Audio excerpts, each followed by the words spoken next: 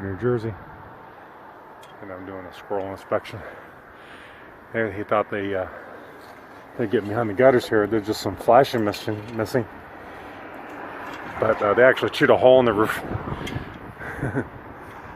So there must be a big gap. Oh yeah, there's a gap going all the way. Oh boy.